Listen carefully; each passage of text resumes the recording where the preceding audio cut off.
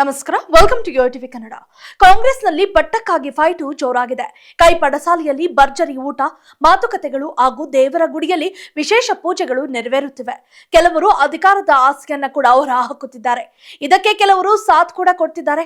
ಈ ಮೂಲಕ ಕೈಕೋಟೆಯಲ್ಲಿ ಬದಲಾವಣೆ ಕಿಚ್ಚು ದಗದಗಿಸುತ್ತಿರುವುದು ಸ್ಪಷ್ಟವಾಗಿ ಕಾಣುತ್ತಿದೆ. ಇದೆಲ್ಲವನ್ನ ಕಂಡು ಕೇಳರಿಯದಂತೆ ಇರುವ ಹೈಕಮಾಂಡ್ ಸಿಎಂ ಹಾಗೂ ಕೆಪಿಸಿಸಿ ಅಧ್ಯಕ್ಷರ ವಿಚಾರದಲ್ಲಿ ತಂತ್ರಗಾರಿಕೆಯನ್ನ ಹೆಣೆಯುತ್ತಿದೆ ಎಂದು ಹೇಳಲಾಗ್ತಿದೆ.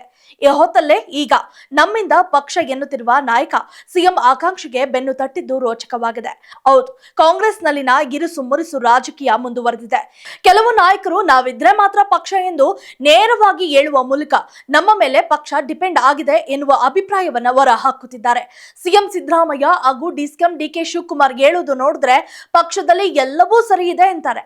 ಜೊತೆಗೆ ಅಸಮಾಧಾನಗಳಿಗೆ ಬ್ರೇಕ್ ಹಾಕಲು ಕೈ ನಾಯಕರಿಗೆ ಪಾಠ ಮಾಡಲು ಹೈಕಮಾಂಡ್ ನಿಂದ ಈಗಾಗಲೇ ಸೂಚನೆ ಕೂಡ ಸಿಕ್ಕಿದೆ.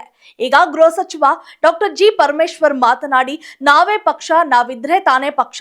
ಜನ ಸಮುದಾಯ ಕಟ್ಟಿರುವ ಪಕ್ಷ ಅಲ್ಲವೇ ಕಾಂಗ್ರೆಸ್. ಕಾಂಗ್ರೆಸ್ ಪಕ್ಷವೇ ಒಂದು ಆಂದೋಲನ. ನಮ್ಮದು ಕೇಡರ್ ಪಾರ್ಟಿಯಲ್ಲ. ಮಾರ್ಚ್ ತಿಂಗಳಲ್ಲಿ ರಾಜಕೀಯ ಸ್ಥಿತ್ಯಂತರ ಆಗುವ ಬಗ್ಗೆ ನಮಗೆ ಗೊತ್ತಿಲ್ಲ ಎಂದಿದ್ದಾರೆ. ನನಗೆ ಶಾಸ್ತ್ರ ಹೇಳೋಕೆ ಬರಲ್ಲ, ಜ್ಯೋತಿಷಿ ಆಗಿದ್ದಿದ್ರೆ ನಾನು ಹೇಳ್ತಿದ್ದೆ ಎಂದು ಖಾರವಾಗಿ ನುಡಿದಿದ್ದಾರೆ.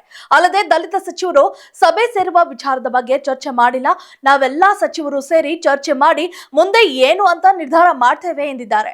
ದಲಿತರ ಸಭೆ ಬಗ್ಗೆ ಸುರ್ಜೇವಾಲಾ ಬೇಸರ ವಿಚಾರಕ್ಕೆ ಪ್ರತಿಕ್ರಿಯೆ ನೀಡಿದ ಪರಮೇಶ್ವರ್, ಪ್ರಧಾನ ಕಾರ್ಯದರ್ಶಿಗಳು ಹೇಳಿ ಹೋಗಿದ್ದಾರೆ, ನಾವು ಸ್ವಲ್ಪ ಮಾತು ಕಡಿಮೆ ಮಾಡ್ತೇವೆ. ನಾವು ಸಮಸ್ಯೆ ಬಗೆಹರಿಸುವುದಕ್ಕೆ ಮಾಡುತ್ತಿರುವುದು ಯಾರು ಹೇಗೆ ವ್ಯಾಖ್ಯಾನ ಮಾಡ್ತಾರೆ ಮಾಡ್ಲಿ ಎಂದಿದ್ದಾರೆ. ಮುಖ್ಯವಾಗಿ ದಲಿತ ಸಮುದಾಯಕ್ಕೆ ಸಿಎಂ ವಿಚಾರದ ಬಗ್ಗೆ ಸಚಿವ ಆರ್.ಬಿ. ತಿಮ್ಮಾಪುರ, ನಾನು ಆಕಾಂಕ್ಷಿ ಎಂಬ ಪ್ರಶ್ನೆಗೆ ಪ್ರತಿಕ್ರಿಯಿಸಿದ ಅವರು, 30 ವರ್ಷ ರಾಜಕೀಯವನ್ನ ಮಾಡಿದ್ದಾರೆ, ಅವರಿಗೂ ಸಾಮರ್ಥ್ಯ ಇದೆ, ಅವರು ಕೇಳುವುದರಲ್ಲಿ ತಪ್ಪೇನಿದೆ ಎಂದು ಪ್ರಶ್ನೆ ಮಾಡಿದ್ದಾರೆ.